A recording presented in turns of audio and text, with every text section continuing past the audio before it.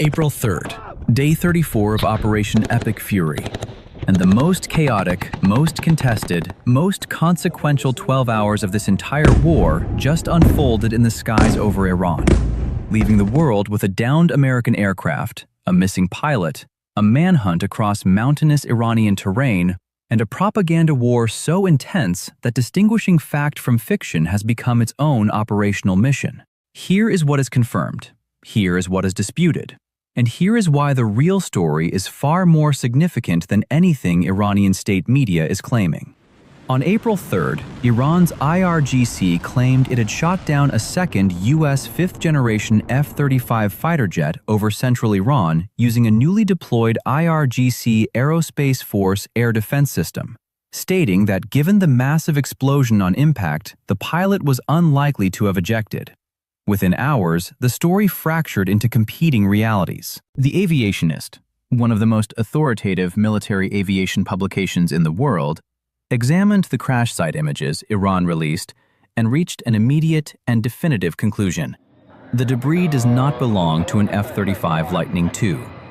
The wreckage, including a clearly identifiable vertical tail fin, belongs to an F-15E Strike Eagle, specifically one assigned to the 494th Fighter Squadron based at RAF Lakenheath in the United Kingdom, deployed to Jordan as part of the 494th Expeditionary Fighter Squadron. Iran claimed an F-35. The wreckage shows an F-15E. That misidentification, far from undermining the seriousness of the incident, actually makes the story more credible in a specific and important way.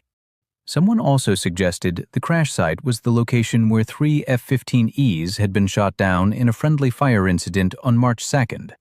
However, the mountainous terrain in the background is inconsistent with Kuwait, where that incident occurred. This appears to be a genuinely new loss. Iran initially stated the jet was an F-35, but U.S. military sources later briefed media that it was in fact an F-15E that had been downed.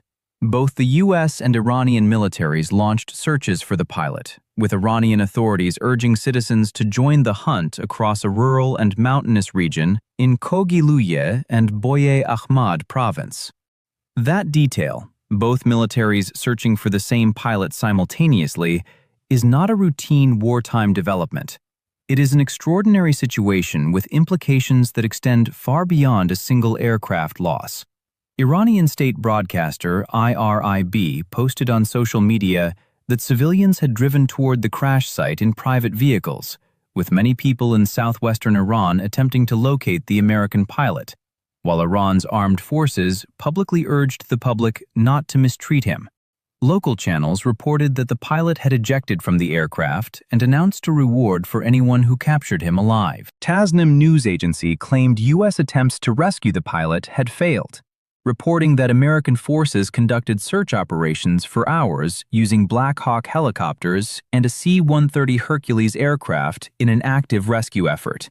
CENTCOM had not officially commented on the photos of the debris at the time of reporting.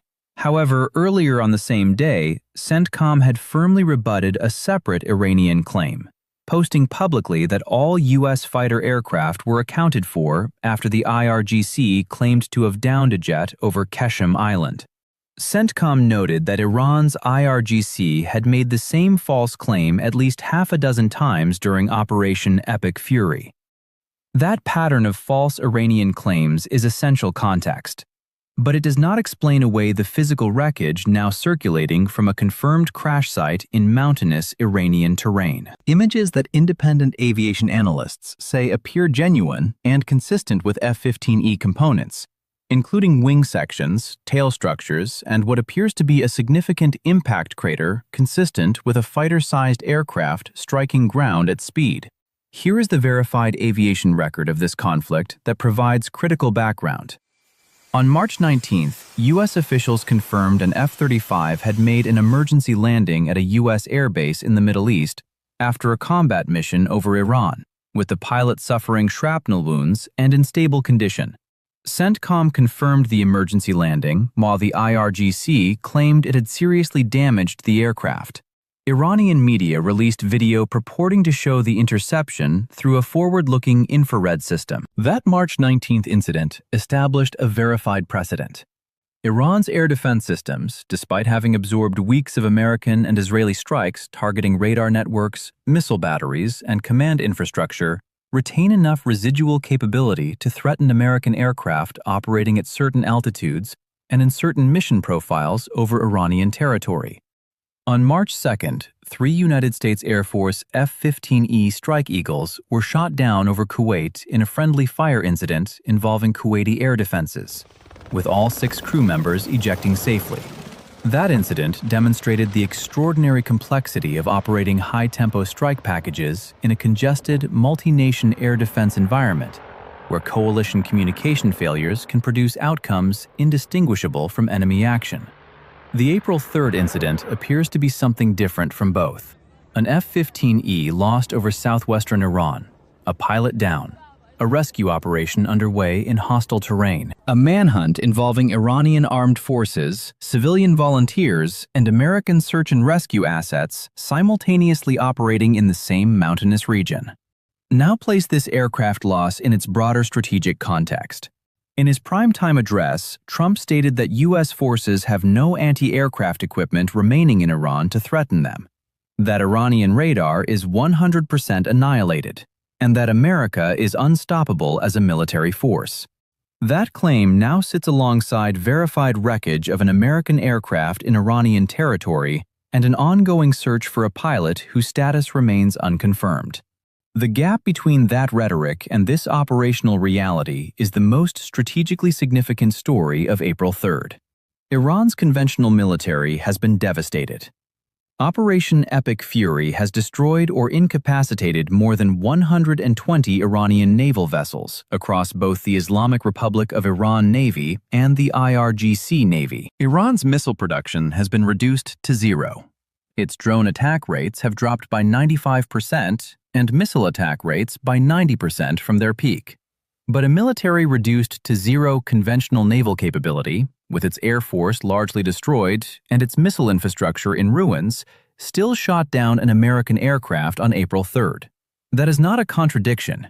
It is the defining characteristic of asymmetric warfare, a degraded force that retains enough residual capability in specific domains to impose costs on a superior opponent, even as it loses the broader strategic contest. Iran's IRGC framed the shootdown as the first response of Iran's armed forces to Trump's remarks threatening to bomb Iran back to the Stone Age, simultaneously launching Wave 90 of Operation True Promise 4, targeting U.S.-linked industrial and military infrastructure across the Gulf, including facilities in Abu Dhabi and Bahrain. The rhetoric from both sides has now reached a register that markets are treating as genuinely alarming. U.S. stock futures dropped sharply following Trump's speech. European markets followed with steeper losses. Japan's Nikkei fell nearly 2%. South Korea's Kospi plunged further. Oil prices surged simultaneously as the dollar strengthened, the classic fear trade pattern that emerges when investors price in the possibility of catastrophic escalation rather than controlled conflict.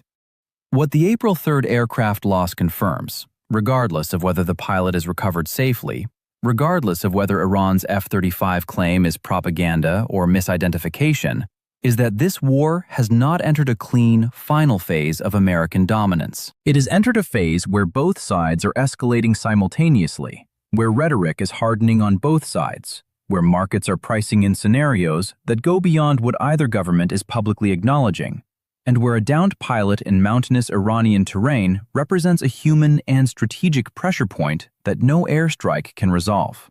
The next 48 hours will define more about where this conflict goes than any development since Operation Epic Fury began.